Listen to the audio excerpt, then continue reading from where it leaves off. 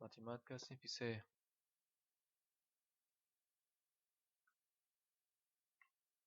боби 2. ҳазории нумератсия. мавзӯи нав: ба суммаи ҷамъшавандаҳои разрядӣ навиштани ададҳо. мисоли 59. чанд банча чӯбча ранги сурх дорад? чанд банча ранги кабуд дорад? чанд чӯбча ранги сабз дорад? дар ин расм банчаҳои ранги сурх аз 300, ранги кабуд аз 14 ва ранги сабз аз 6 воҳид иборат мебошанд. ва дар мисоли поин инҳоро ҷамъ кардааст, яъне 300 аз 300, 14 аз 40 ва 6 воҳид аз 6 ҷамъ мешаванд 346. ёки дар сатри дуюмаш 346 баробар аст ба 300 ҷамъи 40 ҷамъи 6. яъне ин нишон медиҳад, ки ададҳои серақамро ба суммаи ҷамъшавандаҳои разрядӣ нишон додааст.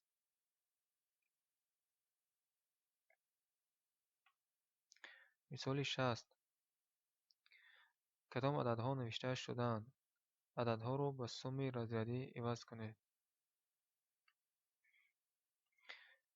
дар ин ҷадвал дар сатҳини якум ададҳои серақам нишон дода шудаанд ва дар сатҳини дуюм, сеюм ва чорум ин ададҳо ба разрядҳо ҷо карда шудаанд. дар сатри якум рақами 125 ки аз як садӣ, ду даҳӣ ва 5 воҳид иборат аст, дар боло ба таври намуна нишон дода шудааст, яъне 125 баробар аст ба 100 ҷамъи 20 ҷамъи 5. мо сатри дуюм ва сеюмро низ инчунин кор мекунем. мисоли 61. аз рӯи намуна бо суммаи ҷамъшавандаҳои разрядӣ нависед. мисоли 61 низ инчунин аз ҷадвал иборат буда, сатри якум ададҳои серақам ба суммаи ҷамъшавандаҳои разрядӣ навишта шудаанд, яъне 111 аз як садӣ, як даҳӣ ва як воҳид. ва дар қисми дуюмаш бошад адади 221 аз 2 то садӣ яъне 200, 2 то даҳӣ 20 ва як воҳид мебошад. тамоми ҷадвалро сатри дуюм, сеюм, чорум ва панҷумро монанди сатри якум кор мекунем. мисоли 62. ададҳои дар хабарҳои нав овардашударо ба суммаи разрядӣ ҷудо кунед. ин дар инҷо хабар дода шудааст ва дар инҷо 4 рақам аст: адади 237, 239, 241 ва 230. мо барои намуна яктояшро навистем, яъне интихоб кардем адади 239. 239 аз 2 то садӣ, 3 то даҳӣ яъне 30 ва 9 воҳид иборат мебошад. боқимонда ададҳоро ин тавр менависем. мисоли 63. кори амалӣ. дар инҷо якчанд мисолҳо дода шудааст. мо мисолҳоро кор мекунем.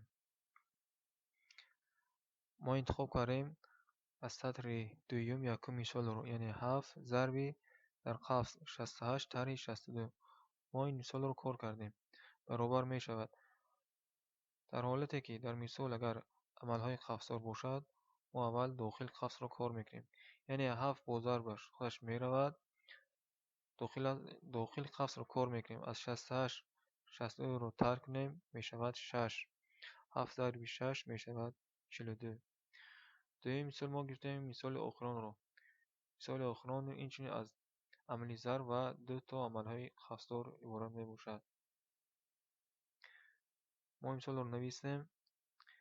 аввал мо амалҳои дохил қавсро кор мекунем, баъд натиҷаашонро зарб мезанем. якум аз 41 34 бурод мешавад 7, амали зарб худаш мебиёд ва аз 41 31ро тарк кунем, мешавад 10. 7 зарби 10 мешавад 70. ин мисолҳоро низ инчунин аввал амалҳои зарбро мо иҷро мекунем, баъд натиҷаашро яъне ҳосили зарбро ба ҷамъшавандаҳои якум ҷамъ мекунем. мисоли 64 аз се қисм иборат аст. қисми якум. падар ба 64 сомонӣ гӯшт ва 32 сомонӣ лимӯ, афлесон, банан, себ, нок ва киви харид. ба ҳамаи харид чанд сомонӣ сарф шуд? мо агар 64ро бо 32 ҷамъ кунем, ҷавобаш ҳосил мешавад. قسمی دویمش: اگر 1 کیلوگرم گوشت 32 سومانی باشد، با 64 سومانی چند کیلوگرم گوشت خریدن ممکن است؟ ما اگر 64 سومانی رو به 32 تقسیم کنیم جوابش حاصل می شود. قسم سوم مثال: یکچند مسئله ترتیب دهید. در اینجا عباره ها نوشته شدند و گفته است که با این عباره ها ما باید مسئله ترتیب دهیم. ما از این 5 رو انتخاب کردیم، یعنی یکمش رو از 50-80 نفر یعنی بهار و دویمش از 40-70 نفر تیرماه. یکم ما نویسیم مثلا در اولی بهار از 80 نفر خوانندگان صنف 3 50 نفر آنها به تماشای کوه برآمدند. چند نفر خواننده به تماشا نبرآمد؟ دویمش باشد در فصل تیر ماه دیرکتور از 70 نفر خوانندگان صنف 9 40 نفرشان را به پختچینی به صحرا فرستاند. در صنفهای نهم چند نفر خواننده باقی ماند؟ این دو تا مسئله بود که ما واسطه به این عباره ها ترتیب دادیم.